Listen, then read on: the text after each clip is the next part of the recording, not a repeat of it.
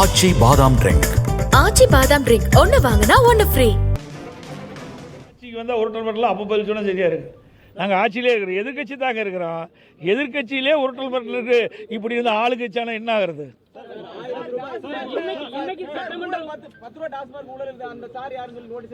அதை நீங்கள் கண்டுபிடிங்க சார், யாருன்னு கண்டுபிடிங்க. அதுக்கு தான் நாங்கள் போட்டுருக்குறோம். சார், உங்க ஆட்சியில இருந்ததை விட இப்போ வந்து சட்டம் ஒழுங்கு சீராக தான் இருக்குன்னு சொல்லி திமுக சொல்றாங்க. உங்க ஆட்சியில் அதிகமான கொலைகள் குற்றம் இருந்தது. இது மனசாட்சி உள்ளபடி சொல்லுங்க பார்க்கலாம். நீங்கள் தானே பத்திரிகையாளர். நாங்கள் எங்களை பொறுத்த வரைக்கும் ஆளுங்கட்சி கிடையாது, நாங்கள் எதிர்கட்சி. ஊடகத்தில் வருகின்ற செய்தி, பத்திரிகையில் வருகின்ற செய்தியின் அடிப்படையில் தான் நாங்கள் கருத்தை தெரிவிக்கிறோம். அப்படின்னா உங்கள் பத்திரிகையில் வர்ற செய்தியும் ஊடகத்தில் வர்ற செய்தியும் தவறா? நீங்கள் தானே இப்போ பத்திரிகையில் போடுறீங்க, இந்தந்த இடத்துல இன்றைக்கு பாதிக்கப்பட்டிருக்கிறாங்க, இந்தந்த இடத்துல ரவுடிகள் வீதியில் கத்தியோடு உலாவி வர்றாங்க, இந்தந்த இடத்துல கொலை நடக்குது, இந்தந்த இடத்துல பாலியல் வன்கொடுமைக்கு பாதிக்கப்பட்டிருக்காங்க அப்படின்ற செய்தி ஊடகத்தின் வாயிலாக பத்திரிகையின் வாயிலாக வருது. அதன் அடிப்படையில் தான் நான் கருத்து தெரிவிச்சுட்டு இருக்கிறேன். நாங்களாம் எந்த கருத்தும் சொல்வதில்லை. நாட்டில் நடைபெறுகின்ற சம்பவங்களை நீங்கள் படம் பிடிச்சி உங்களுடைய தொலைக்காட்சி வாயிலாக காட்டுறீங்க, அதை நாங்கள் பிரதிபலிக்கிறோம். ஆமாம், அதை நீங்கள் கண்டுபிடிங்க சார். அதெல்லாம் யாருன்னு உங்களுக்கு தெரியும். எங்களை ஏன் கேட்குறீங்க? எங்களை கேட்டு எங்கிட்ட இருந்து பதில் வேணும்னு கேட்குறீங்க. நீங்களாக கண்டுபிடிச்சி மக்கள்கிட்ட சொல்லுங்கள்.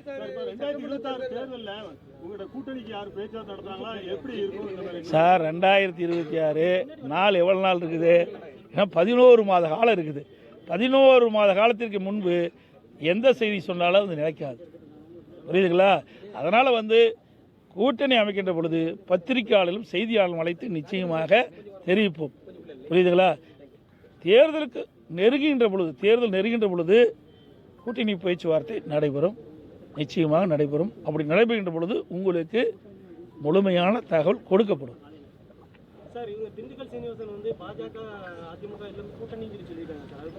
சார், யார் அவருக்கு எப்படி தெரியும்? அவர் சட்டமன்றத்தில் அப்படி சொல்லியிருக்க மாட்டாங்கன்னா எனக்கு தெரியல. அவர் நாங்கள் கேட்டு தான் பார்க்கணும். அப்படியெல்லாம் இது வரைக்கும் இல்லை. அவர் ஏதோ ஒரு நீங்கள் ஏதாவது கமெண்ட்டுக்கு பண்ணி மைக்கை போட்டு இடிக்கிறீங்களா முகத்தில்? என்ன பண்ணுறது? அவர் அப்புறம் அந்த சிந்தனையில் ஏதாவது சொல்லியிருப்பாங்க, புரியுதா சார்? அதுதான் நம்ம சொல்லணும். அனைத்து இந்திய அண்ணா திராவிட முன்னேற்ற கழக கட்சியை பொறுத்த வரைக்கும் திராவிட முன்னேற்ற கழகத்தை தவிர மற்ற எந்த கட்சியும் எங்களுக்கு எதிரி அல்ல, புரியுதுங்களா? அதனால் தேர்தல் நேரத்தில் யாரெல்லாம் ஒத்த கருத்துடைய கட்சிகள் எங்களோடு இணைகின்றார்களோ அவரெல்லாம் சேர்த்திங்க. ஏங்க, இப்போ தேர்தல் 11 மாதம் இருக்குதுங்க. ஆட்சி பிடிக்கணும்னா அப்புறம் எவ்வளோ இடம்னு பார்த்துக்கங்களேன். ஆட்சிக்கு எவ்வளோ இடம் தேவை, அதுக்கு மேல் பல இடங்கள் அதிகமாக கிடைக்கும். திராவிட முன்னேற்ற கழகத்தில் அன்றாட சம்பவங்கள் தயவு செய்து பத்திரிகை ஊடகத்தில் போடுங்க. நாங்கள் பேசுகிறது கொஞ்சம் நேரம் போடுறீங்க, மறுபடியும் போடுறதில்ல, பேட்டி மட்டும் கேட்குறீங்க, உடனே ஃபோன் வந்து ஆஃப் பண்ணிக்கிறீங்க, அப்படியே அதை எடிட் பண்ணிக்கிட்டுருங்க. அதனால் உண்மை நிலவரத்தை மக்கள்கிட்ட நீங்கள் போய் வெளிப்படையே சொல்ல வேணும். நடுநிலையோட ஊடகம் பத்திரிகையும் செயல்பட வேண்டும் தான் எங்களுடைய கோரிக்கை. எங்களுக்கு ஆதரவாலாம் நீங்கள் செயல்படணும்னு கேட்கவே இல்லை. நாட்டில் நடைபெறுகின்ற நிகழ்வுகளை, உண்மைத்தன்மையை மக்களுக்கு எடுத்து செல்லுங்கள். அதுதான் இன்றைக்கி தமிழகத்தில் சட்ட ஒழுங்கு எந்த அளவுக்கு சீர்கெட்டு என்பது உங்களுக்கு அத்தனை பேருக்கும் தெரியும். இன்றைக்கி பள்ளியில் படிக்கின்ற சிறுமிகளுக்கு கூட இந்த ஆட்சியில் பாதுகாப்பு கிடையாது. சிறுமி முதல் மூதாட்டி வரை இன்றைக்கி பாலியல் வன்கொடுமைக்கு ஆளாக்கப்படுகின்ற செய்தி தொலைக்காட்சியிலும் பத்திரிகையில் வருகின்ற வெக்கக்கேடான செய்தியை தினந்தோறும் நான் பார்த்துட்டு இருக்கிறோம். இந்த ஒரு வாரத்தில் மட்டும் ஒரு 3 செய்தி வந்திருக்க இன்றைக்கி பத்திரிகை ஊடகத்திலையும் பார்த்தேன். அவ்வளோ மோசமான ஆட்சி. போதைப்பொருள் நடமாட்டம் அளவே இல்லை. எல்லாம் கஞ்சா போதை, எல்லாம் அருவாளை தூக்கிக்கிட்டு வீதியில் உலா வர்றான். நேற்று முந்தைய நினைக்கிறேன் உங்கள் ஊடகத்தில் தான் பார்த்தேன். நீங்கள் காட்டில் ஊடகத்தில் பார்த்தா சொல்கிறேன். அவ்வளோ மோசம். இன்றைக்கு குற்றச்செயல் ஈடுபடுகின்றவர்கள் காவல்துறைக்கு அச்சமே கிடையாது. சர்வசாதாரணமாக இன்றைக்கு இந்த கொலை சம்பவங்கள்லாம் நடந்துக்கிட்டு இருக்குது.